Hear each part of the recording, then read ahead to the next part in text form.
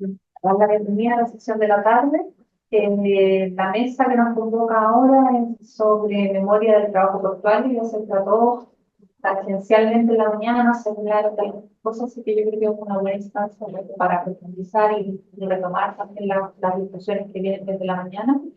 Y hoy nos acompañan Camilo Santibáñez, historiador de la Universidad de Santiago de Chile, Gonzalo Díaz, de la Unión Portuaria Talcahuano San Vicente, y Jorge Salazar, del sindicato número 1 de trabajadores de P-World San Juan. Entonces, la idea es hacerle preguntas que ustedes ya recibieron, y planteárselas acá, para que cada uno pueda aportar su visión, complementar, reaccionar también a lo que diga vino antes, habló anteriormente, pues a producir una conversación en relación a los diferentes temas que vamos a abordar.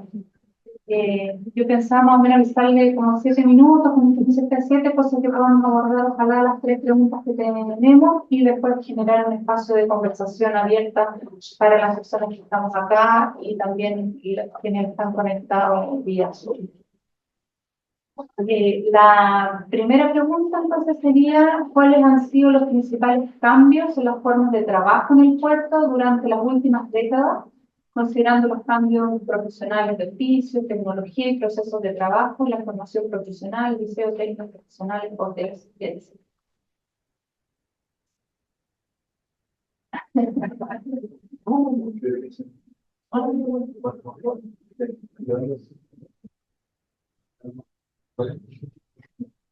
¿Me podría repetir la pregunta? Reprobado. ¿Cuáles han sido los principales cambios en las formas de trabajo en el puerto durante las últimas décadas, considerando los cambios profesionales de oficio, tecnología y procesos de trabajo, la formación profesional? Ya, estamos hablando de Chile o del mundo. De Chile. No, No, son generales. Ya. A ver, lo que pasa es que la forma de operar un puerto ha ido variando con el tiempo. El principal cambio ocurrió en los años 70 con la incorporación del contenedor en forma masiva. Ahora, esa incorporación no fue una cosa inmediata, sino principalmente de misiones del hemisferio norte, Estados Unidos y Europa, para después irse avanzando hacia América Atlántica y después América Pacífica. Chile está dentro de los últimos países donde se incorpora el contenedor en forma masiva. De hecho, aún no se incorpora totalmente. Eh, esa forma de producción, claro que genera un nuevo tipo de conocimiento, porque son formas de producción mecanizadas. Antiguamente era la forma de producción principalmente de la fuerza física. Además que la forma de cargar un buque, de cargar un buque que no está containerizado es distinto a la forma de utilizar la gas container, que estandariza la producción de un puerto. Esa es la gracia que tiene el container, por eso lo hace mucho más rápido. Eh, eso ha llevado a que la profesionalización del sector portuario, por el uso de maquinaria y tecnología, sea cada vez más avanzada. Ahora, en Chile eso no ha sido muy así. Chile tomó exactamente el camino al revés de lo que se tomó en el mundo. El año 81 Chile, en vez de avanzar hacia un proceso de tecnologización y de profesionalización del sector, pasó un proceso totalmente contrario, que es el proceso de informalización del sector. ¿Ah? Totalmente atípico lo que está haciendo el mundo. De hecho, el mundo se estaba el convenio 77 de la OIT, que era precisamente para cómo hacer esta transición desde el movimiento de carga general o carga suelta, PayPal, a movimiento con contenedor. Esa en Chile nunca se llegó a aprobar. Bueno, vino por pecado, por ser difícil. Justo se han dicho. Eh, a pesar de que Chile sí participó en las conversaciones de este convenio, pero le cerraron el Congreso por un tiempo, entonces, y después cuando lo reabrieron ya nadie se acordaba del convenio. Y Chile no tiene ninguno de esos convenios de ese estilo. este convenio lo que busca es precisamente eso, la estabilización del trabajo portuario, y lo que permite eso es una profesionalización, que nadie se va a profesionalizar en algo que no tiene estabilidad, en un trabajo que es solo puesto, o sea, no es que voy a ser médico y puedo trabajar en este hospital, en el otro, en el otro. No, aquí solamente puedes trabajar en el puerto y ese conocimiento solamente se utiliza en puertos. Entonces, si tú no le das estabilidad a ese trabajador, ese trabajador no se profesionaliza, ¿no?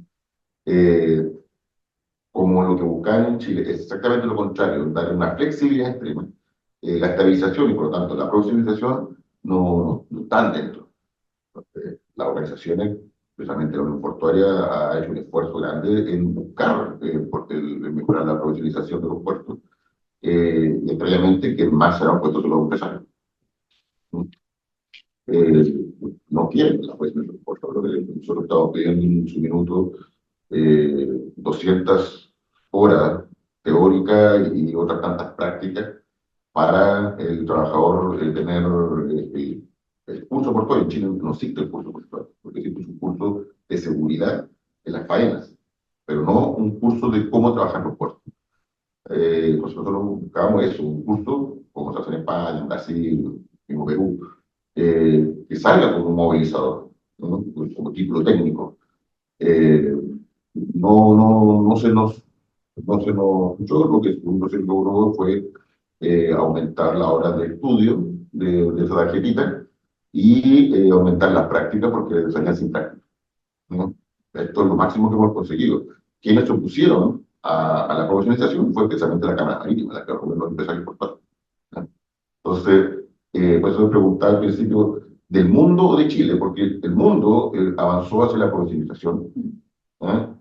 Y Chile se resiste a ese avance. Y ojo, lo termino, esto no solamente se da en el ámbito del trabajador obrero, también se da en el ámbito ejecutivo. En Chile, los ejecutivos portuarios no tienen un título de tema portuario. De hecho, solo conozco uno que tiene un título que tiene que ver con el tema portuario, que es un magíster en Amberes, pero el resto lo demás tienen MBA y cosas por el estilo, que es lo que tiene que ver mucho también con este ánimo rentista que tiene la industria nacional, donde lo que se busca simplemente es cómo sacar plata rápido, pero no la producción. No tenemos ese ánimo industrial. Eh, y ahora esto sí que termino, que también me llama mucha atención, que por ejemplo, el mismo Jorge, conocemos dirigentes de otros puertos del mundo, en donde ellos sí tienen títulos de magíster y cosas por el estilo, que los ejecutivos de las empresas en Chile no tienen ni por si acaso. O sea, esos dirigentes pueden venir a Chile y darle clases a los gerentes chilenos. Ese es el nivel de profesionalización que tienen otros lados. Aquí, ni siquiera, como digo, ni siquiera el ejecutivo tiene ese nivel de profesionalización. Muchas gracias. Seguimos con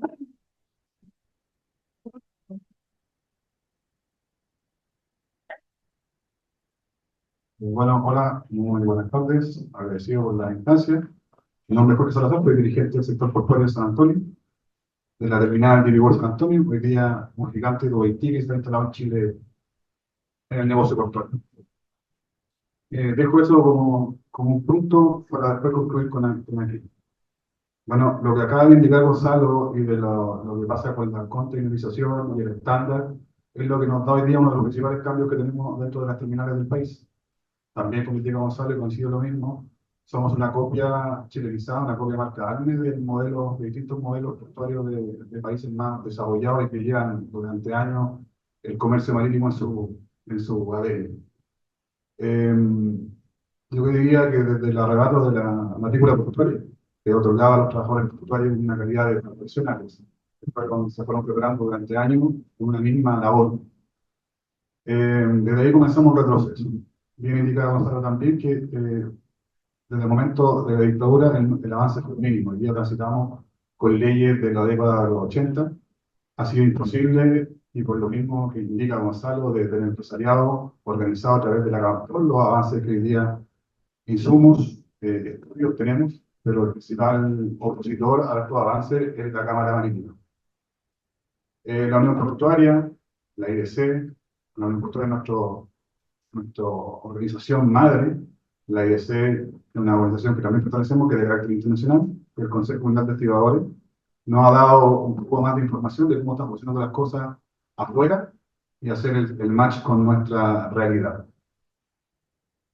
La tecnología, por lo menos en los puertos de San Antonio, de donde yo vengo, llegó de sopetón en la década del 2000, siendo hoy día, creo, y si mal no me equivoco, corrígenme los profesionales de aquel lado, somos el puerto que tiene más tecnología en el país. Tenemos alrededor de 12 grúas STS, que son las Chip-to-Shore, son las grúas más grandes que tienen para transferencia de carga, diría que son de última generación, tanto las que tienen un terminal de Work como STI. Pero más allá de la linda máquina y la eficiencia que tenga, eso genera, de alguna otra manera, desde la década anterior a esta, una disminución en el trabajo. Disminución en el trabajo porque las grúas existentes en la década de los 80 y 90 eran principalmente grúas de tierra.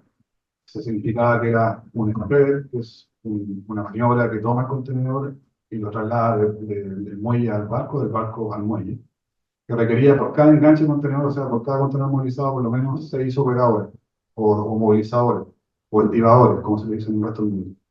Hoy día ese movimiento lo hace un operador arriba del STS y el promedio son como 40 movimientos por hora. Eso significa que por turno, por mano de trabajo, es una cantidad importante de contenedores, lo que genera un muy buen negocio. En el sentido de que cada hora de puerto y cada eficiencia en hora de puerto es el mejor negocio tanto para el armador como para los terminales. Esas son principalmente la amenaza y el cambio en el modelo que existía anterior a la dictadura y post-dictadura. Desde el mundo de los trabajadores portuarios y a través de la información que manejamos desde afuera, el cambio tecnológico viene a pasos agigantados. Hoy día estamos a puertas de una eventual licitación de un puerto a gran escala en el sector de San Antonio, lo que aspira a mover 6 millones de TEUs, que es la unidad de medida y los chiquillos me pueden ayudar para aplicarlo bien, que va a entregar una capacidad ociosa de más del triple de lo que hoy día mueve la macrozona C. Hoy día entre San Antonio y Valparaíso se moverán 2,5 millones de euros, no sé, en el mejor de los casos 3 millones de euros. Hoy día este puerto a gran escala, solo por esta concesión que van a ser dos, terminal mar de Millón Tierra, aspira a mover 6 millones de euros. Vamos a agregar 6 millones de euros a un movimiento ya de 3 millones de euros. Todo eso, cantidad de números que digo, son posibles gracias a la eficiencia tecnológica de los puertos. Pero eso a la vez trae cesantía y riesgo para los trabajadores portuarios. Porque 6 millones de euros de puerto a gran escala, que es, digamos, lo más cercano a lo que existe afuera, en eficiencia, me refiero, aspira a mover solo, insisto, 6 millones de euros desde capitán a paz, que hablo yo desde los gerentes y ejecutivos hasta los trabajadores, con 2.000 personas. 6 millones de euros con 2.000 personas. La no que es un centro, mueve los 2,5 millones de euros, 3 millones, serán con 3.000 trabajadores portuarios. Entonces, eso reviste una gran amenaza para el sector. De las principales amenazas es la tecnología, haber perdido en el año 81 la categoría de profesional de trabajadores, que por ejemplo en otros países todavía se mantiene como en Estados Unidos, que hoy día es muy robusto ante su trabajo, lo que les permite estas organizaciones grandes, puntuales, poder negociar, no colectivamente, me refiero con sus trabajadores, no solamente con el operador portuario que existe, el que exista de turno en cada uno de los terminales de América, sino que ellos negocian directamente con la naviera. La naviera es el armador quien mueve los contenedores. Ellos negocian con ellos mismos, no les importa quién te detuvo. Entonces, ese tipo de cosas, gracias al sindicalismo robusto, que no ha sido mermado como fue mermado aquí en Chile después de la dictadura, eh, haciendo desaparecer los sindicatos tradicionales, que a lo mejor de ahí el Camilo puede dar un paneo de los certificados sindicatos tradicionales. Le permite aún mantener esta robustez, digamos, comillas, y mejorar la condición de los trabajadores gracias a su fuerza sindical. De los principales, entonces, campos, tenemos la tecnología y la desarticulación de los sindicatos tradicionales. Además de la amenaza latente de la tecnologización de los puertos. Eso tengo que decir. Muchas gracias.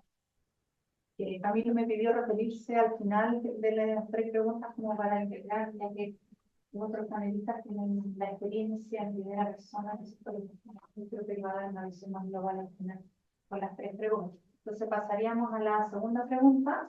Gonzalo, este es para ti. ¿Cuáles han sido los, ya no hemos referido a eso, pero quizás en el fondo, citándose ahora en el ámbito de las relaciones, cuáles han sido los cambios que han afectado las formas de organización de los trabajadores? ¿Cuáles son los principales cambios en las relaciones laborales con las empresas y el Uno de los problemas que se suscitan en Chile es precisamente esta visión rentista, por lo cual el modelo neoliberal se ha puesto también en Chile. Bueno, rentista no es una cosa que ha nacido con Chicago hoy. La zona centro santiaguina, Santiago Valparaíso siempre fue así. Eh, eh, en donde lo que se busca, por lo tanto, es bajar los costos al máximo posible. Ganar plata fácil, en otras palabras, ¿no? El empresario chileno de esta zona, en general, es básicamente un reggaetonero, porque le gusta lucir tu plata, tenerla fácil, sin mucho esfuerzo, y bonito en su ley. Un helicóptero a veces. Eh, y, y esas son las cosas que llevan a que el modelo relacional laboral sea un modelo muy anticuado, muy clásico, muy de hacienda. Ah, a pesar que los trabajadores portuarios son trabajadores muy específicos, los estudios indican que un trabajador portuario, a pesar de todo, en Chile no se hace los estudios, no estudia nada, pero se demora más o menos 5 años en formarse, en ser un trabajador portuario que llegue a su máximo potencial productivo. Eh, y por lo tanto, en el resto del mundo se cuida a ese trabajador portuario, porque hacer uno nuevo no es fácil. Eh, Aquí no, aquí se busca ser lo más informal posible, y por lo tanto su representación social, sindical, que se da en la forma natural de los puertos, no es un chico por el mundo, aquí es muy compatible, ¿no? Es muy compatible, salvo algunas excepciones, pero por lo general, eh, nosotros lo llamamos a veces burlándonos el poderoso sindicato de gerentes o la cosa nuestra, eh, eh, tienen ese asunto de no tener que hablar con los trabajadores, ¿eh? Ellos, yo soy el jefe, yo mando aquí, y los conocimientos que se tienen de management, de manejo de los recursos humanos, realmente ocupan muy poco, muy poco. Y eso es lo que ha llevado a Chile, por ejemplo, estos grandes choques, llegando en 2014, es decir, la CEPAL, que Chile es el país con mayor cantidad de huelgas portuarias de Latinoamérica. De hecho, la mitad de las huelgas se hicieron en Chile. Entonces, pero eso se dio porque el proceso, donde participamos en eso, yo estuve ahí presente, las huelgas se hacían no para que un tema que se estaba negociando presionar que saliera, sino que las huelgas se hacían para sentarse a negociar, ¿no? Entonces, había dos huelgas. La huelga para sentarse a negociar y después la huelga para presionar que el resultado es... Entonces, obviamente que teníamos más huelgas que esto. Aquí la huelga era para hacer una mesa de negociación. Una cosa absurda. Eh, y eso se da precisamente porque la cultura gerencial chilena es una cultura ascendente, ¿no? Cuento con una anécdota, porque, eh, a mí no se acuerda de los antiguos dirigentes de San Vicente que llegaban gerentes guachipatos, muy guachipatos, que realmente eran ex militares, esa gente de la Armada, y llegaba con su espíritu militar y decía, aquí mando yo otro cuento, y los dirigentes decían, jefe, por esa silla, todos los años pasa uno nuevo, y todos los años dice lo mismo, y todos los años se va. Eh, y bueno, efectivamente desde Caballero se fue al primer.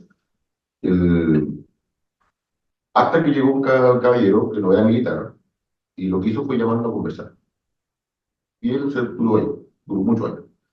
Eh, eh, su- pero Sin embargo, ese caballero fue muy criticado dentro de su círculo, ¿no? Por el hecho de sentarse a conversar, porque tenía que imponer su puesto, lo cual es complejo, porque el poder de los trabajadores portuarios es grande. ¿Y por qué es grande? Porque el poder de los trabajadores portuarios no es parar una empresa, es parar una economía. ¿Eh? Cuando tú paras el puerto, los puertos del Biobío, por ejemplo, donde yo vengo, tú no estás parando una empresa de Gemini, una empresa de Luxic y una empresa del Rey de Dubái. Lo que está parando es la celulosa de Arauco, lo que está parando es MPC, lo que está parando son la tira de pescado, lo que está parando son esas cosas. Entonces, el que te llama por teléfono no es el directorio de tu empresa, el que te llama por teléfono es el directorio de la empresa que se exporta por puerto. Entonces, eso te genera mucho poder. Más allá del conocimiento, que es un conocimiento portuario cada vez más técnico y por lo tanto tampoco es fácil sacar un trabajador de ahí y meter otro, porque no se cambia así de fácil. Entonces, eso te va generando un poder, ¿no? que, dentro del mundo sindical se consigue una equiparidad bastante fuerte entre el poder del empleador y el poder del trabajador. Algo que no se da casi nunca en ningún otro lado. Eh, y por lo general hay empresas que dicen, mira, ya conversa con la gente, no dentro de su gusto, pero tienen que hacerlo. Y otros que simplemente tienen como práctica no conversar. ¿No? Lo cual es raro porque y ahí empiezan los problemas, y de ahí viene la huelga, porque me dice, ¿por qué el trabajador lo pone? Porque puede. Básicamente eso, porque puede hacerlo. Entonces, y lo hace y presiona y terminas conversando algo que podría ser conversado el primer día y él se perdió cero de eso. Pero, pero estamos insertos en un proceso en Chile, con el tema portuario, en donde se está en transición desde un modelo persistentemente hacendal a un modelo más industrial de relaciones laborales industriales, ¿ya? Eh, con mucha resistencia, mucha resistencia. ¿Ya? O sea, de repente uno le extraña que una empresa, una gerencia prefiera gastar centenas de veces de millones en coimear vigente que pasar esa plata para capacitar a la gente, que es lo que están pidiendo. ¿Eh? Pareciera que eso es más importante que la lucha de poder y la lucha por la producción. Entonces se da mucho eso. Y los modelos relacionales laborales, por tanto, se dan, pero con mucha resistencia. Mucha resistencia. Eh, porque ha bajado por ya dos dueños de ahí. ¿Cuál de los dos más grande? Pues, entonces, porque uno era Mate y el otro ahora el rey de Dubái. Y son modelos o sea, que son bastante grandes.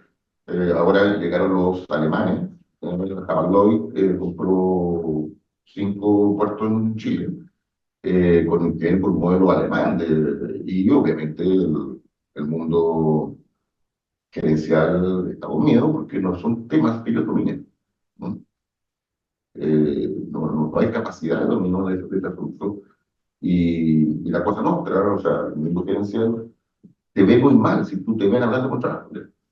Muchos de ellos prefieren renunciar e irse a otro trabajo, porque si te ven trabajando con trabajadores, te cierran las puertas de entrar a la lista negra. Entonces, aquí nos estamos enfrentando a un problema cultural, ¿eh? Más que un problema técnico, de management. Podemos agarrar a todos los gerentes y hacerle un curso y una maestría en este tema, pero no lo van a ocupar porque el ocuparlo le trae problemas a ellos, problemas dentro de su ambiente.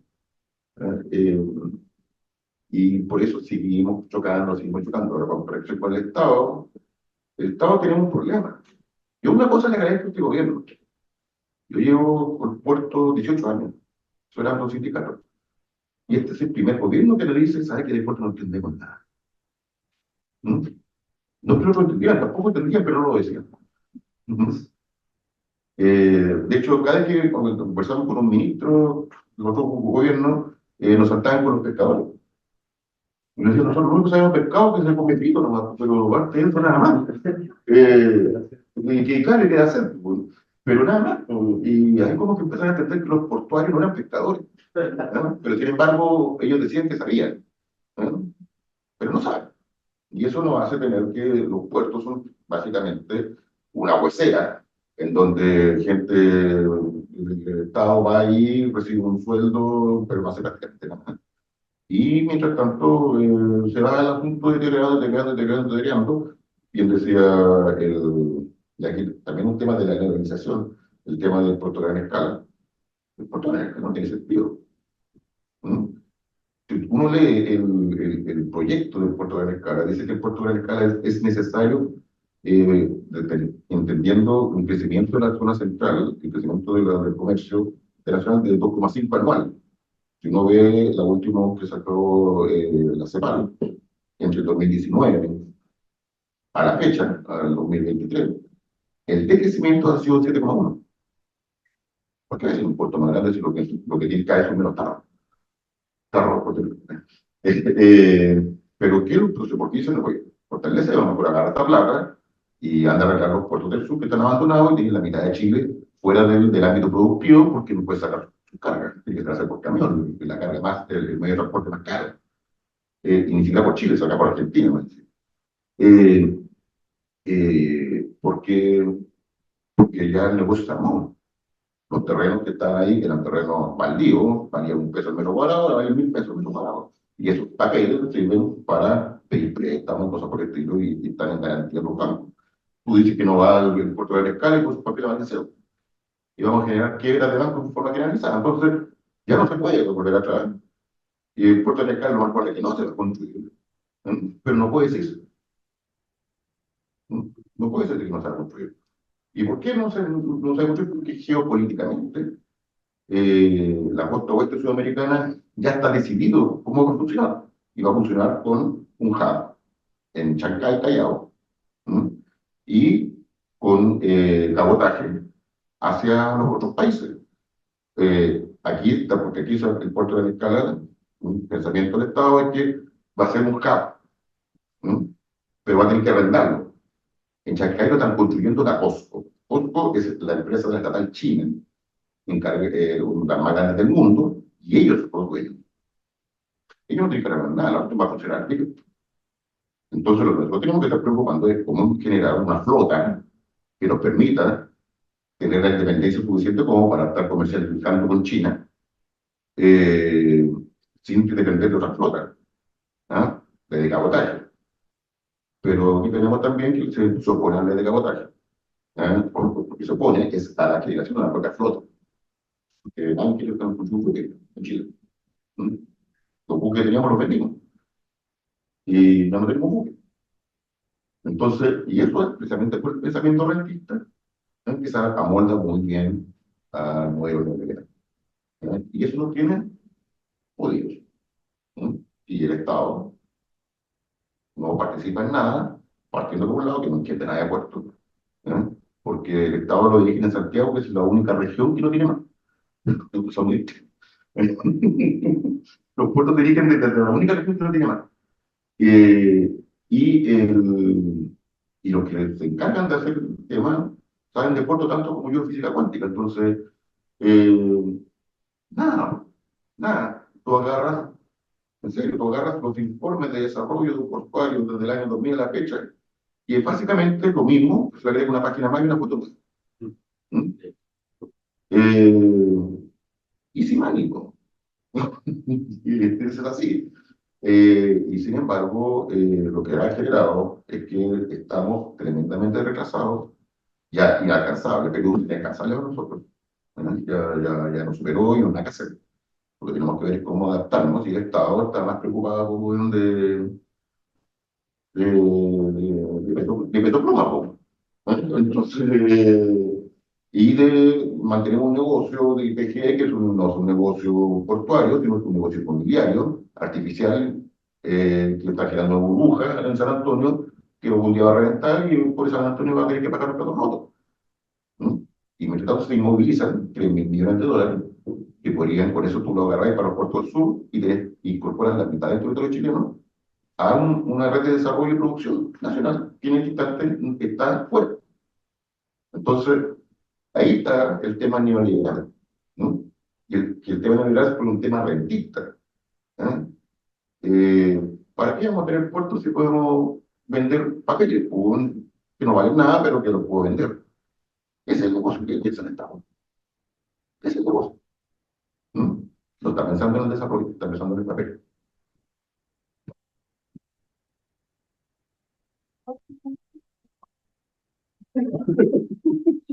De hecho, yo voy a comenzar justificando que nosotros como portuarios tenemos visiones distintas. Bueno, Gonzalo tiene una visión hoy día como Biobío.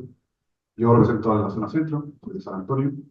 Y el proyecto, claro, apunta al sector centro, no a la zona centro. Es todo cierto lo que dice el Gonzalo de lo que está pasando hoy día en Chancay. Perú tiene una inversión del gobierno chino, tiene como la carga productiva y asegurada. Eso es la verdad.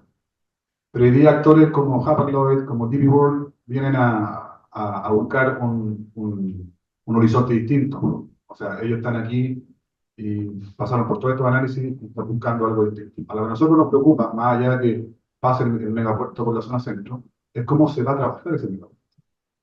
Porque algunos actores, y aquí, insisto, hay opiniones distintas, algunos actores dicen que el PIC hoy día va a ser el 2043, donde la carga, los puertos de macro zona centro no va a dar abasto. Ahí también hay opiniones distintas, pero vámonos a lo concreto, si este puerto a gran escala se desarrolla y se logra concretar, estamos hablando como de esos años, como la fase culmine, teniendo terminal mar y terminal tierra listos para operación. Si Chile en algún momento queda corto, claramente el Perú se lo va a comer, comillas. Ahí el Gonzalo tiene una visión distinta. Nosotros, insisto, como manejamos la información como trabajadores portuarios, este puerto se hace hoy día necesario bajo los números que se están mostrando. Puede ser una burbuja inmobiliaria, como dice el Gonzalo, sí, puede serlo. Pero la verdad es que hoy día Chile está al debe en la nueva zona centro, por lo menos, tanto para mover carga chilena, pensando en fruta principalmente, porque la zona centro mueve las exportaciones de fruta en su gran mayoría. Mueve también todo lo que es retail, todo lo que nosotros vestimos, pasa por el puerto de San Antonio. Además de cargas varias, como son los autos que tienen del puerto donde yo trabajo. La importación de autos, el 90% pasa por el puerto donde yo trabajo. Y cargas varias, proyectos eólicos, todo lo que significa eh, molinos de viento, proyectos eólicos llegan a través de estos puertos. Si pensamos en una matriz energética distinta, vamos a seguir pensando que van a seguir llegando este tipo de cargas. Y esta debe ser los contenedores que va a subir la demanda, tienen que ser atendidos por otros puertos y puertos más eficientes. Y insisto, y vuelvo al punto. Ese es lo que nos preocupa como trabajo del portuario. Y para volver a las preguntas que estaban planteadas, ¿cuáles han sido los cambios que han afectado la forma de organización de los trabajadores? Yo creo principalmente, y creo que respondí, o empecé a responder la pregunta anterior, fue la desarticulación, disculpe, de los sindicatos tradicionales. Ahí Camilo maneja mucha más información de lo que es la historia. Hoy día eso significó que la nombrada, que aún mantiene San Vicente, por ejemplo, pasara a estas empresas que se generaron porque el botín era muy lindo, era muy grande cuando llegó la dictadura. Entonces empezaron a generar empresas de papel y a externalizar la pega y no que quedara directamente con los sindicatos como era anteriormente y como sigue pasando en algunos países del mundo que tienen mejores condiciones en la de los trabajadores.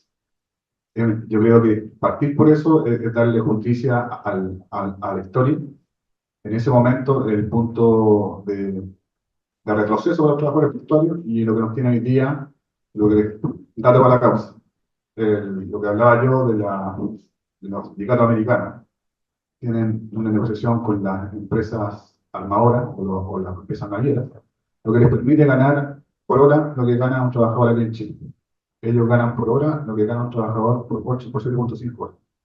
Condiciones como esas, y no todo es plata, claramente, pero son más que datos que nos generan ruido, por decirlo de la forma más simple, y que finalmente ese resultado de haber retrocedido desde el año 81 con la que significaba la profesionalización de los trabajadores portuarios. Eso con la primera parte de la pregunta. ¿Y cuáles son los principales cambios en las relaciones laborales con la empresa y el Estado? Los paran. O sea, como decía Gonzalo, aquí el empresariado y el Estado funcionan con paro. O sea, no hay otra manera de dialogar que con la pistola sobre la mesa. La única bala que tiene el trabajador portuario es la valorización efectiva. Y esa bala nos hemos gastado varios cargadores por situaciones muy simples, que tal como indica también aquí Gonzalo, eran totalmente abordables y evitables, y no es y se tiene que alejar la idea del empresariado cortoplacista chileno de pensar que esto es un gallito. Porque finalmente los trabajadores no quieren, la realización es súper compleja. Quienes nos ha tocado liderar organización y coordinar organizaciones sabemos que esos días son complejos, porque más allá del humo y el ruido, que es fácil hacerlo, hay que mantener a la base convencida, hay que mantener la moral en alto y no tener quiebres, porque el quiebre significa flaquear, significa abrir un blanco para que el empresariado se meta. Cuando se toma una decisión de organización es muy complejo, porque uno sabe cuándo empieza y nunca sabe cuándo termina y cómo termina. Entonces, esta visión de algunos empresarios, generalmente el empresario chileno, que al portuario le encanta hacer paro, creo que deberían dejar de atrás y tratar de avanzar hacia un modelo de relaciones laborales que en el país no existe. Nosotros como puerto estamos tratando de impulsar un modelo de relaciones laborales que nos impida tener un comité bipartito para solucionar problemáticas varias, eh, poder de alguna manera poner nivel a las problemáticas, las que son transversales, las que son locales como sindicatos, porque hoy día tenemos sindicatos, gracias o no, por desgracia, después de la ley, de la ley 81, donde estaban agrupados en las especialidades, en cada uno de los sindicatos, y ya tenemos sindicatos con 6 especialidades, 8 especialidades y más. Eso es una atomización de la potestad sindical, del poder sindical, porque tienen distintos actores dentro del sindicato y es la realidad. Tenemos que hacernos cargo. Que no te permite avanzar ordenadamente. Antiguamente, si yo soy operador del gate control, estaban todos los gate control en un puro sindicato, lo que permitía avanzar y tomar decisiones correctas. Hoy día tengo gate control, tengo mantención, tengo gente de oficina, que eso en nuestra realidad, insisto, nos hacemos cargo, pero complejiza bastante y hace ineficiente muchas veces las disputas con las compañías. Pero sin embargo, en una realidad, insisto, nos hacemos cargo, pero de los principales problemas que tenemos con relaciones laborales que hoy día simplemente no existen. De lo que funciona a través de la pistola sobre la mesa. Creo yo, y como trabajador, esta es mi opinión personal, que estamos aún a tiempo, porque las empresas transnacionales tienen dos caras.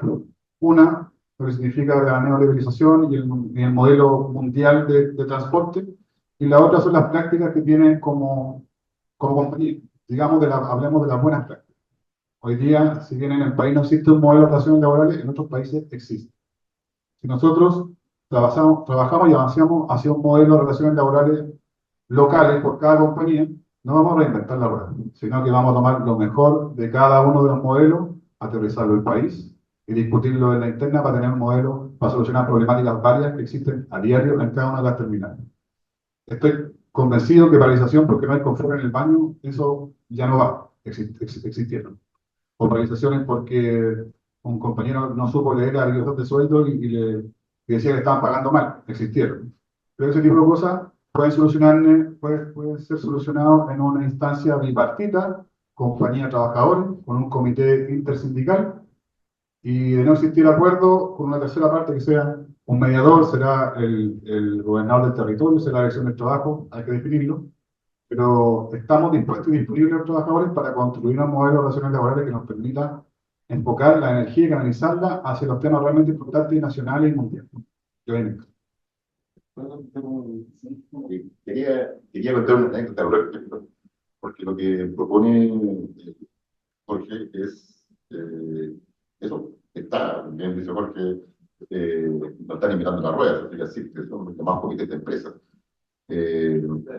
Y cuando hace unos 4 años, en una negociación colectiva en San Vicente, eh, se puso lo típico, el momento de dinero, lo puedo hablar, pero un capítulo especial para la generación de estos comités, para solución de conflictos, para que exactamente no haya un paro porque no hay confort en el baño. ¿Eh? Entonces, que exista este lugar. Lo cómico, que lo que le preocupó al directorio de la empresa no fue la pedida de plata, sino la formación del comité. ¿Eh? Eso fue lo problemático. para ello. Y de hecho, no pudimos hacerlo. Logramos subir los sueldos, pero no pudimos hacer el comité.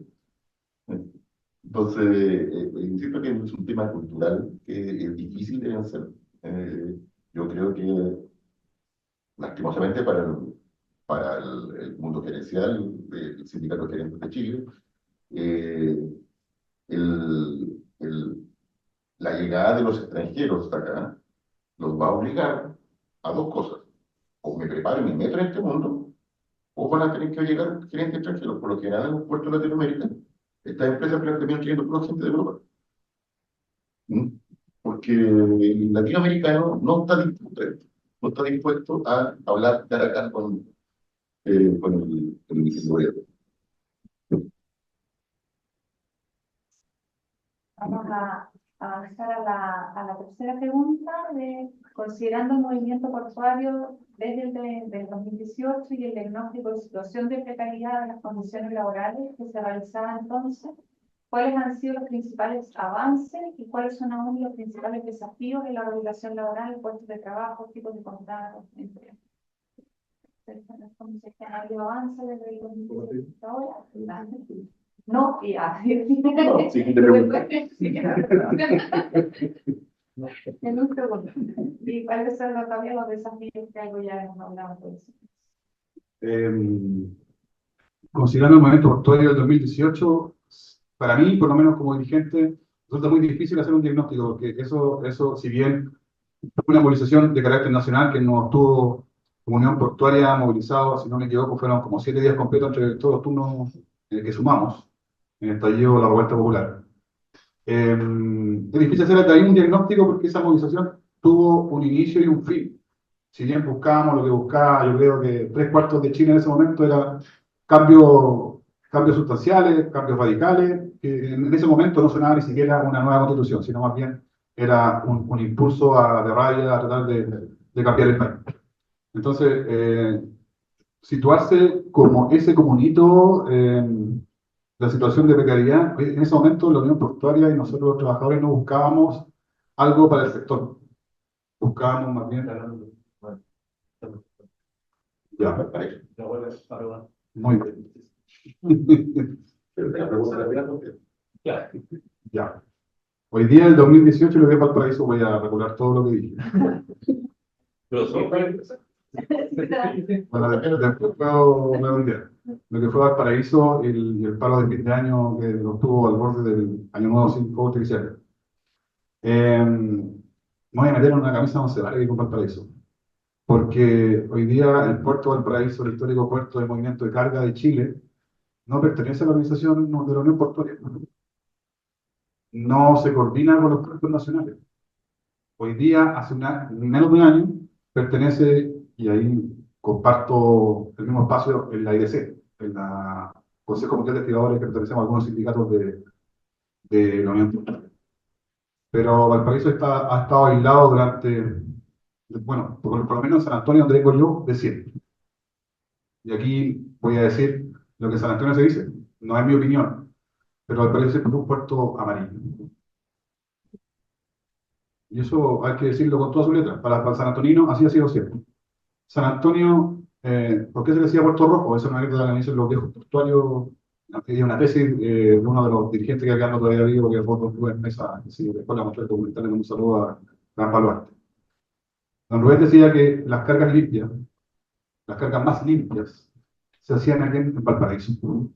O sea, la loza que llegaba y todos los artículos importados se veían aquí en Valparaíso. Y las cargas más complejas, como el carbón, los lingotes, lo que requería más fuerza bruta, la mayoría, para dar justicia al comentario, se hacía en San Antonio. Entonces San Antonio siempre estaba luchando por mejoras en sus condiciones, mejoras en las dotaciones, mejoras en las condiciones laborales, en los elementos de protección personal que en ese momento no existían, sino se llamaban de otra manera, que era como más sentido común que nada. Pero el sentido común del trabajador no era el mismo del empresariado y prácticamente trabajaban con lo que tenían en el momento, porque la empresa no proporcionaba en ese minuto nada para la seguridad de los trabajadores. Entonces San Antonio siempre estuvo en un constante conflicto y fue catalogado como Puerto Rojo. Porque siempre buscó la mejora. Suena muy hidalgo lo que estoy diciendo, pero son datos que aportan la gente portuaria más antigua en San Antonio. Entonces, en esa línea, Valparaíso siempre estuvo como al margen de las luchas, de las más grandes luchas. Yo sé que existieron huelgas aquí, Camilo puede decirlo más adelante, importante, pero de ahí en adelante lo que se generó después del 81 y las luchas que siguieron posteriormente, Valparaíso siempre estuvo aislado. Entonces, cuando fue el paro de los chicos aquí en Valparaíso, el 2018, yo tenía muy buen contacto ahí con algunos dirigentes aquí en Valparaíso.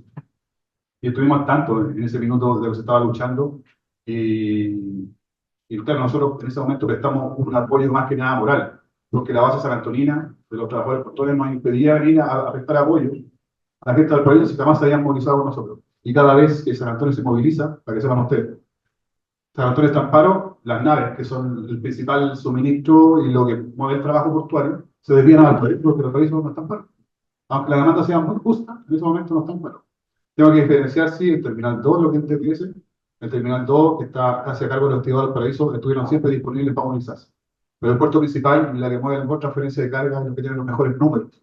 El atractivo hoy día para las naves containeras está el TPS funcionando. O sea, ese es 24/7 non-stop. Entonces, para San Antonino siempre ha sido una yaya el tema de Valparaíso. Después de su movilización, que para mí era lo correcto y lo justo, Valparaíso asumió ahí una bandera de lucha por la mejora de sus condiciones para la gente de los activadores de Valparaíso. Creo que de esa instancia nace la mesa laboral portuaria, donde nos juntamos todos los puertos del país, incluidos los activadores del Paraíso, la Cotraporchi, que es otra organización de trabajadores portuarios, la Unión Portuaria, y me parece que de los empleados fiscales. Que tenemos todos en una mesa laboral portuaria que entregó un informe, si no me equivoco, son 2.000 hojas, no me acuerdo cuánto fue, que era el insumo como de una nueva ley, un diagnóstico que está muy bueno. Quien pudo leerlo es un gran análisis que muestra una foto del momento, pero aquí estamos, en pura buena intención, los insumos están. Valparaíso en ese momento generó un hito, sí, pero en materia portuaria aún estamos al debe. Los principales desafíos que tenemos hacia adelante para el trabajo, los puestos de trabajo, los tipos de contrato. Bueno, Valparaíso también visibilizó en aquel momento el tipo de contrato. Hoy día el trabajo eventual es un modelo que existe en otros países, está mejor regulado, está mejor pagado, existen derechos mínimos como las vacaciones y cosas que deben existir que hoy día en el contrato eventual vigente no existen. Algunos puertos han evolucionado y tienen unos CPP, o sea, perdón, ¿cómo se llama cuando el negocio eventual tiene un CPP? Un convenio de provisión de puesto de trabajo, un CPPT, donde ahí regulan algunos puntos, pero eso no es un contrato colectivo. O sea, hoy día le impide tener un contrato colectivo, tiene un CPPT con garantía, no tienen vacaciones, o sea, las vacaciones están consignadas en este CPPT, pero hay puertos que tienen trabajadores eventuales donde no tienen nada. Entonces, las principales deudas que tenemos es normativa. Insisto, que Valparaíso lo puso en el tapete en el 2018. Esta materia de la normativa, ya lo decía en respuestas anteriores, que transitamos con leyes muy antiguas. Hemos sido incapaces de poder mirar hacia adelante, mirar hacia arriba, principalmente por el Estado, con la falta de profesionales que esté pensando en un modelo portuario para el país. Principalmente también por el empresariado, de que se opone, organizadamente se opone. En los tipos de contratos, creo, y ahí me corrige mi compañero, creo que no ha podido evolucionar gracias a la acción coordinada de la CAMPOR. Y en materia laboral, ¿perdón? La CAMPOR son los organizadores. Sí, por la Cámara Marítima Portuaria, el Sindicato de Empresarios. Nosotros estamos del año 2012 con la ley Costa, esa fue la promesa de que venía una ley larga, una ley general de puertos que hemos llamado hoy día. Tenemos hoy día hasta un compromiso del actual presidente, don Gabriel Boric, firmado por letra de ellos, comprometiéndose a poder elaborar, o por último dejar encaminado una ley general de puertos que abrace de alguna manera todas las deficiencias que tenemos en la norma, pero vemos poco ruido y pocas nueces. Entonces creemos que el camino, de hecho hoy día vengo en contra de la Unión Portuaria, hemos tomado la determinación de empezar a avanzar en normativa, porque no podemos seguir esperando. Eso lo hemos dicho varias veces, pero creo que hoy día estamos convencidos. Y lo más probable es que esto se saque, comillas, a lo portuario. por un paro. No sé cuántos días vamos a estar parados hasta que entiendan que los insumos están, los trabajadores portuarios estamos disponibles, falta la voluntad del Estado y de rayar en la cancha al empresario. Yo con eso concluyo.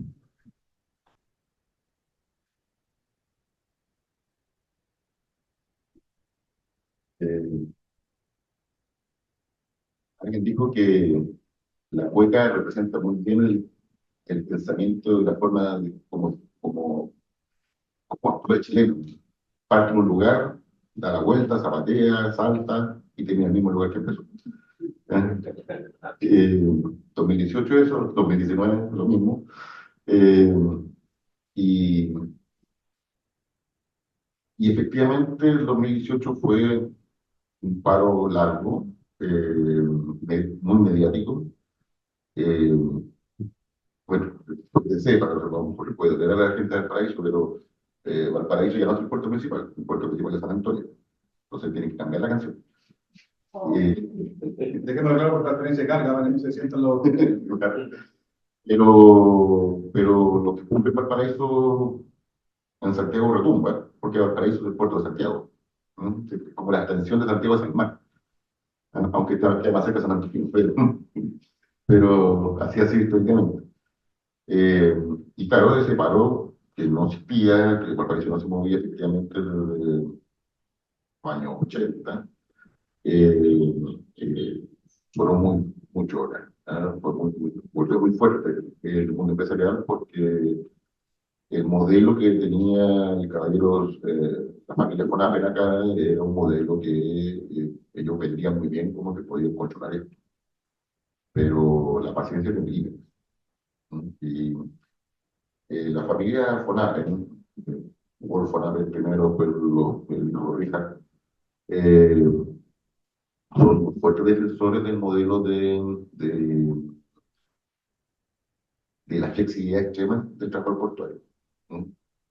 Ese modelo que en los 70 se dejó de lado en el mundo, ellos son un fuerte defensor de eso. eh, y son unos fuertes opositores a la formación de trabajadores, a la capacitación de trabajadores, a la capacitación de ejecutivos, etc. ¿No? Eh, entonces, y también son un gran proveedor de capital para las carpetas. Entonces, eh, 2 más 2 son 4. Es muy difícil de sacar la ley porque quienes tienen que aprobar la ley están también muy unidos a este caballero. Entonces, es complejo la situación. Efectivamente se llegó a un acuerdo de una comisión que investigara la ley 1942, que es la ley sobre licitación de puertos. Eh, Se llegó a una conclusión, ahí está, hay dos, tipos de librito de eso, uno que está en digital y otro que está para que escuchemos y otro. Pero está. Seguramente está en algún escritorio o una mesita ahí de sala de espera del ministerio, pero lo que está ahí escrito es gravísimo. Pero ahí está. Es como que alguien dijera, mira, lo que usted tiene es cáncer. Tenemos que extirparle inmediatamente un pulmón si no se puede. Y de eso me ha pasado sin nada. Eso es lo que dice en cierto sentido el documento. Y en temas legales, eh, no se ha hecho nada y está efectivamente la ley 1832 y la que se ve después sobre el tema laboral portuario, es una ley total y absolutamente obsoleta. Ya no se usa. ¿No? Y lo que hay es una serie de acuerdos en cada puerto alrededor de esta ley, ¿no? Pero son acuerdos. Y el problema de los acuerdos, más aún cuando está escrito una cultura hacendal, es que suele haber una fuerza que busca romperlos y lo que genera conflictividad muy alta. Y eso es un drama. Explico por qué no has avanzado. O sea, ¿cuáles son los problemas? La ley habla de un trabajador portuario eventual y transitorio. ¿Por qué? Porque se tenía pensado que el trabajador que iba al puerto, que era un cargador de sacos, así lo veían los empresarios de la época, Ese cargador de saco puede estar pasando por la calle, hacía un par de turnos, pues ir a trabajar a la feria, pues ir a trabajar a un taxi, ir a trabajar a la construcción. La verdad es que nunca funcionó así el sistema portuario porque es un trabajo muy específico, ¿no? Y requiere técnica.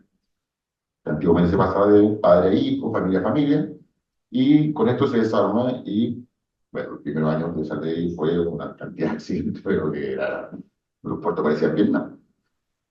¿Eh? Y lo que ocurrió al final, ¿no? Más aún con la ley que del año 85 de los convenios de puerto de trabajo, que es una ley que genera este convenio, o sea, un acuerdo entre trabajador y patrón de este trabajador eventual que se le va a dar una cierta estabilidad, ¿no?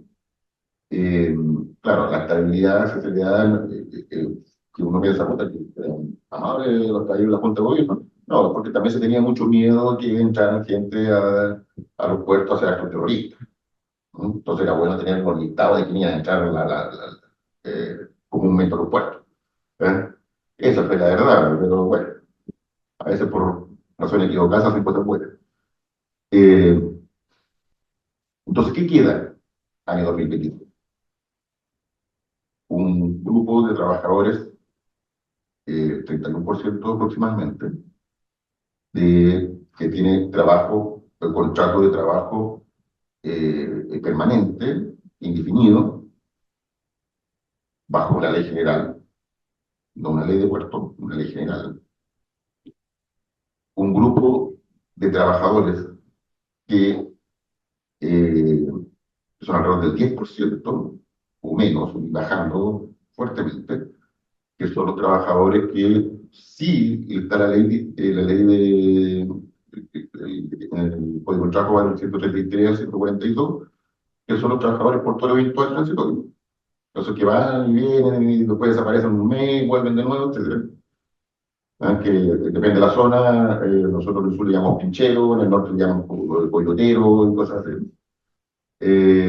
Y existe otro grupo muy grande, que son alrededor del 59-60% de los trabajadores de Chile, y no son ni lo uno ni lo otro. ¿No? Son trabajadores eventuales transitorios que trabajan todos los días en el puerto. O sea, de eventual transitorio no tienen nada. ¿No? Hay que trabajar más que que está el contratado, permanente. Y ellos no tienen ninguna ley, que legalmente ellos son personas eventuales transitorias, personas que van y a partir desaparecen durante un mes. Pero ellos trabajan todos los días, turno por medio muchas veces. ¿No? Entonces genera actos extraños, como un trabajador tenía que trabajar 16 horas diarias, que trabaja 80 horas a la semana, que el descanso no lo tenga, porque legalmente el tipo cuando parte de nuevo parte como si nunca había estado en el puerto, porque esa es la idea original, y esto genera después un avance para los otros lados y termina en un completo desorden y no respeto de de la normativa laboral chilena, ¿no? Y de sus acuerdos internacionales, ¿no? Lo que va generando con el tiempo un sistema, que yo me enoja cuando digo, porque es duro, un sistema corrupto, ¿no? O sea, si en este instante, hoy día, alguien quisiera decirle a cualquier persona de Ministerio del Trabajo, o cualquier persona del mismo gobierno, culparlo de corrupción, etcétera, dice, bueno, ¿cómo te permite que los puertos por eso? Que la gente esté trabajando 16 horas, que tenga 80 horas, que no tenga vacaciones, que no tenga indemnización por ir al servicio. ¿Por qué te permite eso? ¿Mm? Que no sabe que es que si voy a fiscalizar, tengo que cerrar los puertos. Entonces es un sistema que funciona en base a mirar para el lado. Lo que se llama corrupción. ¿Mm? Es corrupción. Es un sistema corrupto que en Chile existe y en otros lados es peor, o sea, no en mucho sentido. Claro, le hicieron a Dilma en Brasil fue culparla de corrupción, porque ese país no funciona sin la corrupción. Entonces, todo es corrupto porque para que actúe el Estado tiene que haber corrupción, los tipos no trabajan. ¿Eh? Y aquí los puertos, si se busca hacer cumplir la ley, los puertos no podrían trabajar. Entonces, lo que existe es, yo no digo nada y tú no dices nada. una solución muy chilena, como fue la ley, entre comillas, ley de divorcio antigua, ¿eh? Que todos mentían frente al juez, el juez también mentía, y se anula el matrimonio. ¿Por qué? Porque no querían hacer la ley de divorcio. ¿No? Entonces era mejor mentir, hacer estas cosas, que hacer una ley. Hay que reconocer que el mundo portuario, los trabajadores también son parte del sistema. Porque dice, porque si cambia la cuestión, le baja la renta, ¿no? Entonces, también, porque se llevan años, generaciones trabajando. ¿Sí? ¿Mm? Eh, y estamos hablando de un grupo creativo que maneja los puertos, gerentes, están diciendo que no tienen estudios en este tema. Entonces, tampoco les gusta que le cambie la regla de juego. ¿No? O sea, me costó un mundo aprender a reconocer que la piña que agarro no es una fruta, sino que los tarros son contenedores, ¿no? Que los teos, y de repente me cambié la regla del juego, entonces tampoco quiero ir. Entonces, los diagnósticos los puestos están clarísimos, clarísimos, y todo el mundo lo sabe, de rey a paje, todos, la Cámara Marítima en especial, donde están todas las empresas portuarias reunidas, y todas las empresas saben que no cumple la ley. La Dirección de Trabajo sabe, el Ministerio de Trabajo sabe, el Ministerio de Transporte sabe, de este gobierno, del anterior, del anterior, del anterior, del anterior y del anterior. Todos saben. Y nadie hace, ¿no? Porque el sistema funciona así, con actos de silencio, ¿no? Que no hay dinero, no he visto nunca, pero que se traduce en corrupción, ¿no? En hacer algo o dejar de hacer algo por un beneficio para otro y no cumplir la ley. Y eso ocurre. Que lo que se debería hacer es una ley. Es normal. En todo el mundo los trabajadores portuarios trabajan tantas horas, tienen leyes especiales, etcétera, etcétera, etcétera, bla, bla, bla, bla. ¿Eh? Porque ese problema ocurre, porque el problema que tienen los puertos en todo el mundo es que los barcos tienen la mala costumbre de no llegar a la hora. ¿Mm? Entonces, por eso tiene que ser flexible el trabajo. No queda otra. ¿Mm? Pero va a tener que haber una ley, pues, porque si no, yo todos los días no estoy cumpliendo la ley. ¿Mm? Eh, la jornada se tiene que regular, eh, la formación se tiene que regular, etcétera, pero no está, no está. ¿Mm? Y entonces uno se pregunta, bueno, hablamos de corrupción, hablamos de este tema, pero cuando llegue el minuto de los Q, todos hacen con eso. ¿Mm? Entonces está el diagnóstico ahí en la mesa. ¿No? Fuimos deseando como 6, 7 meses con este tema. Y salió bien bonito el cuento, pero en el momento en que uno, nada hace eso. Y nada hace eso porque empieza a tirar el hilo y empiezan a caer todo. Y esto yo tengo un chiste, po. El año 2001, en ese tiempo María Esther Pérez, directora nacional del trabajo, hizo una encerrona, el señor Wolfo Nappel pidió una reunión, llegó con 4 ministros del Ricardo Lagos y pidió una resolución para que los trabajadores portuarios puedan trabajar 16 horas al día. Algo que se opone al convenio 1 de la OIT. Ella nunca escribió ese documento, porque el documento, si uno lee, no dice nada de eso. Y por lo tanto, el dueño tenía que revisar. Cosa horrible. ¿Mm? ¿Y sabes por qué era eso? ¿Por qué no querían que los trabajadores virtuales tuvieran tanta injerencia dentro de los puertos? Porque los trabajadores virtuales tenían sindicatos. Los trabajadores contratados, estaban recién apareciendo, no tenían sindicatos. En otras palabras, el gobierno de Ricardo Lagos participó en una acción antisindical ocupando el poder del Estado. ¿Mm? Eso creo que es una acción antisindical promovida por el mismo Estado. ¿Mm? Y ahí está. ¿Quién hace? Entonces aquí viene el problema. Cuando nosotros queremos cambiar las leyes, chocamos en que el que tiene que reconocer que la ley es necesaria, tiene que reconocer que durante todo este tiempo se ha hecho el largo. ¿Mm? tiene que reconocer, oh, no tenía idea, oh, chucha, no sabía que ustedes trabajan tanto. ¿Mm? Y yo, ¿qué creí que los puertos no funcionan con robots? Bueno, estamos en Chile, con cualquier máquina. Entonces, es muy difícil. Y la Cámara Marítima presiona fuertemente con extensos lobbies, pero extensos lobbies, ¿ah? Y fuertes lobbies para que los cambios no ocurran, para que no haya fiscalizaciones, para que no haya leyes nuevas, etcétera, etcétera, etcétera. ¿Mm? Ahora los trabajadores decidieron, porque ya nos empezaron a dar cuenta que cae en una trampa, ¿no? Porque tú dices, mira, porque claro, ¿sabes qué? Este compadre de la empresa me está pagando no los días que corresponden. Voy a poner una denuncia a la Dirección del Trabajo. La Dirección del Trabajo entra a fiscalizar y fiscaliza contra cosas que eran ilegales, pero que a mí que convenir. Entonces mejor no digo nada, o mejor me quedo ahí. Entonces, ¿cómo resuelvo el problema? Acabo con la empresa. ¿Ah? Y así empiezan a generarse estos problemas.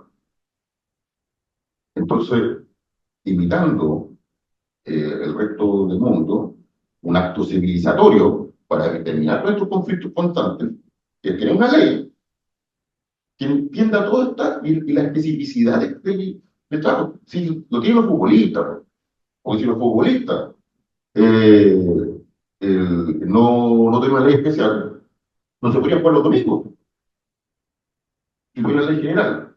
O sea, hasta los futbolistas tienen una ley especial. El transporte no puede tener una ley especial. ¿Por qué? ¿Mm? Los diagnósticos están listos, están hechos.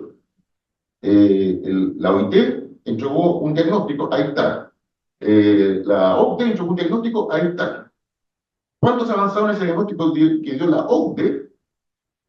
Cero. La OCDE no. ¿Eh? Si no van a echar de la OCDE. Si no me he hecho nada lo que nos piden, no van a echar. La OCDE dijo claramente que tienen que preocuparse por el tema de descanso, por el tema de jornada, por el tema de los comités de empresas, la participación de los trabajadores de las empresas, etc. Yo, ese consejo a Chile, bonito, no se ha hecho nada, nada. ¿Mm? Entonces, ese es el problema. El problema es que los diagnósticos están, ¿mm? Las ideas están, pero el sistema está tan corrompido que el hacer las cosas de la forma que tienen que hacerse no funciona. Y la única que funciona, como dice Jorge, a lo portuario, hay que golpear la mesa. Hay que golpear la mesa y decir, ya, termine esta cuestión. Y la verdad, uno tiene muy claro que es muy probable que se gane esa. ¿Y quién te va a decir, no, cómo se te ocurre que estás pidiendo una ley? Pues, bueno, ¿eh? Mejor sigamos uno cumpliendo la ley. Nadie te va a decir eso. No más probable que se van a pasar la pelota entre uno y otro, que tú eres culpable, tú eres culpable, tú eres culpable. Pero, pero el sistema, ¿eh? Requiere de cambio, lo requiere, pero está demasiado tiempo en terminar. Vuelvo a lo internacional. Fíjense que, por sorpresa, nos pillamos con un chiste, ¿no? Eh, 5 de los puertos importantes de Chile fueron comprados por los alemanes. Los alemanes en el año 2021 sacaron una ley que se llama Ley de Responsabilidad de la Cadena de Suministros, en la cual, si tú eres una empresa alemana que tiene empresas en otros países, tú te obligas a cumplir la ley en todos aquellos aspectos que sean defensa de los derechos humanos y ambientales, incluyendo las leyes laborales. Eso quiere decir que esta empresa alemana, pues yo puedo pagarle a un inspector acá para que mire por otro lado, pero ahora voy a tener que empezar a pagar en euros, porque voy a tener que llegar allá, y los que fiscalizan allá son los sindicatos. Y los sindicatos ya se comunicaron. Entonces, ¿qué viene el problema? Nuevamente nos quedamos atrás. Y esto actúa en forma reactiva. ¿Ah? Porque tenemos esa mala costumbre de actuar en forma reactiva. O sea, el puerto de Valparaíso, acá al lado, hay trabajadores que ganan 120.000 pesos mensuales durante años. y hubo que amenazar, weón, que no iba a haber año nuevo, lo digno. ¿Mm? Todavía los contratados de Valparaíso, los trabajadores contratados no tienen sueldo base, como sueldo mínimo, todavía. Y los fiscalizadores pillan por su ausencia. Y es un secreto a voces, todo el mundo lo sabe. ¿Mm? ¿Dónde están? ¿Mm? Entonces, eh, este asunto va a reventar. ¿Mm? Va a reventar porque ya no se puede aguantar más como pasó con el tema del divorcio. Ya no se podía seguir haciendo eso porque hay problemas con los cabros chicos, que se quedan con las propiedades, todo el cuento. Y ahora pasa lo mismo. ¿Mm? ¿Cómo resuelvo este problema? Pues donde, por ejemplo, tengo que preocuparme con la salud de los trabajadores. Porque hay que entender que una de las enfermedades nuevas que trae esta nueva forma de producción, que es rápido, rápido, rápido, rápido, no, Chile está muy atrás todavía. ¿No? Chile en el ámbito latinoamericano, en producción, en productividad, está muy atrasado. Pero comparamos solo con Perú. Perú nos gana en términos de productividad como un 30-40% más que nosotros. ¿No? Pero eso quiere decir que funciona así. ¿Y qué es lo que trae eso? Fatiga. Fatiga generalizada. ¿Eh? Entonces, el descanso, la buena regulación de las jornadas, etcétera, es algo importantísimo. Pero en Chile no se cumple la ley. Y cuando se muere un trabajador de esta empresa Japón, se descubre que el tipo no tiene solución, ese gerente que está trabajando ahí, el señor Japón le van a mandar la materia en el mismo lugar, porque no cumple la ley. Y obviamente la multa que se halla en Alemania, Japón le va a ser bastante importante. ¿No? Pero ¿por qué no lo hacemos nosotros? Si no, todo lo entiende. ¿Eh? Están preocupados, weón, de, no sé, de poner el trompo como deporte nacional, weón, y estáis viendo una acción, pero aquí, en la frente tuyo, ¿no? Se poco descubrimos que Puerto Coronel pagaba a su dirigente. ¿Para qué? Para frenar estos cambios. ¿A través de quién? De un miembro, presidente de la Comisión Laboral de la Cámara Marítima, que era el gerente de Puerto Coronel.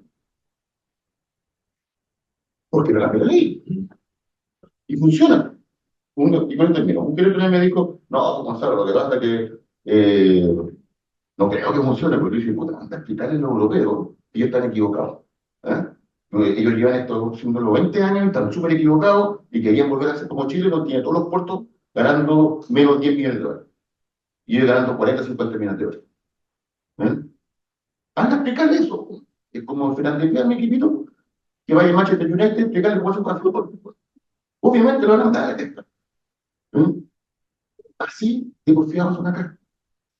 No entienden la evidencia obvia. ¿Mm? Y entre ellos se engrupen para no entender lo obvio. Si allá funciona, y ha funcionado por años, y aquí por años no ha funcionado, ¿por qué insistimos? ¿Mm? No insistamos. Ese fue. Gracias, Gonzalo. Ahora te va a tocar dando la difícil tarea de responder las tres preguntas. No me quedó clara la posición de Gonzalo. Las tres preguntas en relación a los cambios en las formas de trabajo, las formas de organización y los avances educativos desde el 2018. Y después para dar paso a preguntas. Súper. Bloqueo, sí.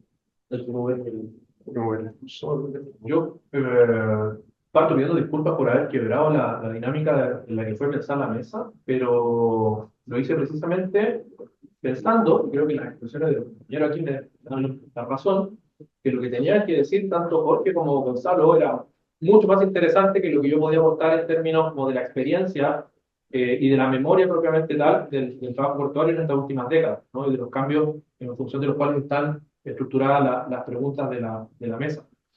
Entonces, venía para acá pensando como, qué podía aportar yo, que fuera algo distinto, para no ser redundante tampoco, para no repetir lo que ellos ya muy bien expusieron. Y partí, como suele hacer uno, cuando lo invitan a estos espacios, en fijarme en el nombre de la mesa, ¿no? Y esta mesa, en estricto rigor, se llama Memoria del Trabajo Portuario. Y yo sé que para ustedes puede ser una tontera, ¿no? Pero Para un historiador que lo invitan a hablar de memoria es algo complejo, porque tenemos una distinción muy clara entre lo que es memoria y lo que es historia. Y claro, puede ser un detalle, una cuestión como de sinónimo incluso a la hora de armar la mesa, pero creo que me sirve para mencionar un par de cosas para poder redondear la idea de los compañeros acá.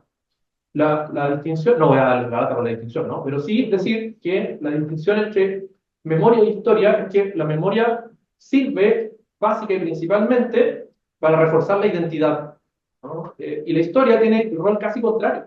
Es como desarmar esos relatos de la memoria en función de toda la serie de otros elementos que componen los procesos históricos, y en este caso la conflictividad laboral en los puertos de Chile y en las modificaciones que ese trabajo ha sufrido durante las últimas décadas. Y el problema entre la una y la otra, entre la memoria y la historia, cuando se confunden, es que puede ocurrir aquello que un historiador de fines del siglo XIX, apellido Lizagaray, decía cuando escribía a propósito de la Comuna de París, ¿no? Que es que los historiadores que levantan falsas leyendas revolucionarias sobre el pueblo son tan dañinos como los geógrafos que hacen malos mapas para los navegantes.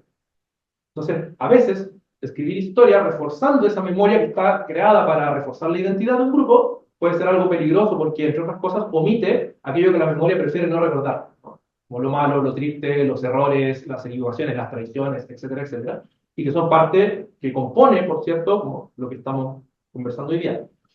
Y el gran problema de eso, y en el caso del trabajo portuario creo que eso es fundamental, es algo que, recordé que lo decía mucho mejor de lo que yo puedo decirlo, un escritor argentino que fue desaparecido por la dictadura del 77, que refiriéndose precisamente a la historia de la clase trabajadora, decía, nuestras clases dominantes han procurado siempre que los trabajadores no tengan historia. Entonces, cada lucha debe empezar de nuevo, separada de las luchas anteriores. La experiencia colectiva se pierde, las lecciones se olvidan. La historia parece así como propiedad privada, cuyos dueños son los dueños de todas las otras cosas. Entonces, en función de reunir este objetivo a la larga común, ¿no? Como que tiene la memoria que desarrollan y reúnen y se esfuerzan por recuperar los propios trabajadores, sindicatos y por los ex trabajadores, con la historia y en particular de quienes nos dedicamos a hacer historia de la clase trabajadora y de los investigadores, de los trabajadores portuarios en particular, tiene que ver con una pregunta común, que es, ¿qué es lo que nos importa en el presente que no caiga en el olvido? Hay, uno podría decir, son un objetivo compartido entre ambas cuestiones. Y para eso, y por eso le agradezco al compañero aquí que va a buscar la pizarrita, quería hacer un esquema muy sencillo. Voy a parar.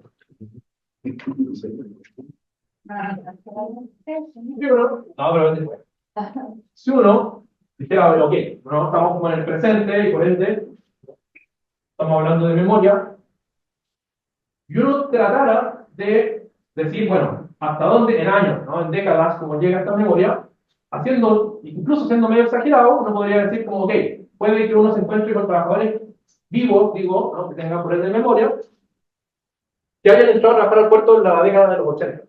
Estoy estirando el chicle porque no dan las décadas, pero estirando el chicle, supongamos que la década de los 80, ¿no? Entonces uno tiene esto para llamarlo como memoria, ¿no? Uno puede hacer esfuerzos de preguntarle a los trabajadores, recordar a los trabajadores más viejos, etcétera, etcétera. Y aquí uno, por cierto, podría identificar rápidamente, qué sé yo, como a propósito de la conflictividad portuaria, ¿no?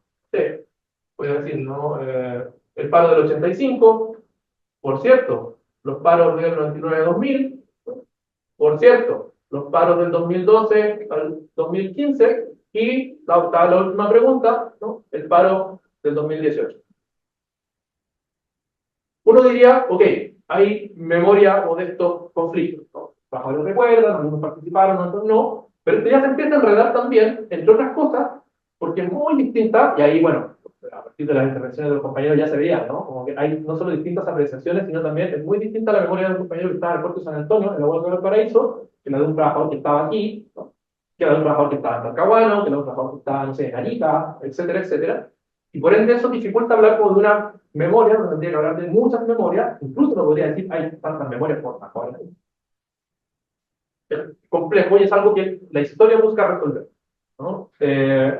Y busca resolver al menos en tres formas, que es las que quería como colaborar a poner aquí, que es por una parte, como algo que voy a llamar como perspectiva, ¿no? Y lo voy a agregar para que se entienda, perspectiva global.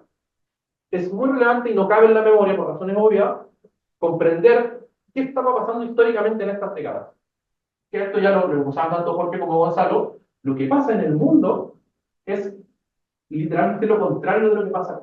No me echan en eso porque ellos ya lo explicaron muy bien, pero es lógico que no alcanza la memoria, en términos geográficos incluso, para recordar, comillas, lo que está pasando globalmente y que, lógico, componen, ¿no?, la transformación estructural de las relaciones laborales portuarias en Chile, y que es muy relevante, por lo que estaba mencionando Gonzalo al final, comprender para ver comparativamente por qué aquí, como él también dijo, se produce en un año como el 2014 la misma cantidad de huelgas que en la de todo el resto del continente juntos. Fenómeno. Creo que me ahorra tener que ahondar mucho en el punto. En segundo lugar, si uno quisiera ir en términos de duración, como hacia atrás, uno tendría que considerar que la historia de las relaciones laborales portuarias solo va a estar como el periodo republicano, que está por lo bajo del siglo XIX. Y uno tendría que decir, lo que pasa en el siglo XIX es muy relevante, el siglo XX es muy relevante, por una razón central. Porque lo que ocurre entre el 81, para ser más específico, y el presente, es un ciclo de conflictividad, pero que si uno tuviera que estirar hacia atrás esto, no solamente es imposible explicar por qué pasa el 81 lo que pasa si uno no comprende la dinámica laboral, sindical, como en el siglo XX, al menos desde los años 20 en adelante, sino que además, cuando uno mira el siglo XIX, uno ve clarito que durante todo el siglo XIX, a través de los gremios decimonónicos, lo que se forma es una estabilización del trabajo portuario que se rompe específicamente en 1890, cuando se destruyen los gremios, ¿no?, y da paso a un periodo de inestabilidad en el trabajo portuario, con los antiguos pincheros, ¿no? Y que eso tiende a estabilizarse entre los años 30, 40, ya 50, hay como ese orden entre la Cámara Marítima, el Estado, una negociación tripartita, ¿no?, que componen una forma de estabilizar el trabajo portuario que se rompe precisamente el 81. Y la memoria no la. Por eso es relevante también considerar el periodo de duración de la historia. Pero además de una visión panorámica, diríamos, una versión de largo plazo, y una visión que voy a decir ahora, no como, lo voy a llamar así, no como una memoria o una historia, por ocupar el sinónimo, como profunda, es que hay una cuestión clave que es muy relevante, que distingue la memoria de la historia. Y es que, cualquier persona aquí que sepa un poco de psicología o sencillamente haya ido a terapia, sabe que la mente resiste cosas y reprime cosas, ¿no? La gran diferencia es que cuando la mente resiste cosas es porque uno sabe esas cosas y no quiere hablar, ¿no? Entonces las evita. Pero lo que está reprimido, por ende en el inconsciente, uno no sabe que lo está reprimiendo. Y en el caso de la historia de los trabajadores portuarios, pasa algo que, para eso traje esas imágenes, ¿no? ¿no? Es clave para entenderlo porque está aquí, justo aquí, donde parte, diría uno, como la memoria de las transformaciones que explica las relaciones laborales en el presente. Fíjense, esta es un acta secreta de la Junta del año 81, y fíjense que dice a 25 días del mes de agosto.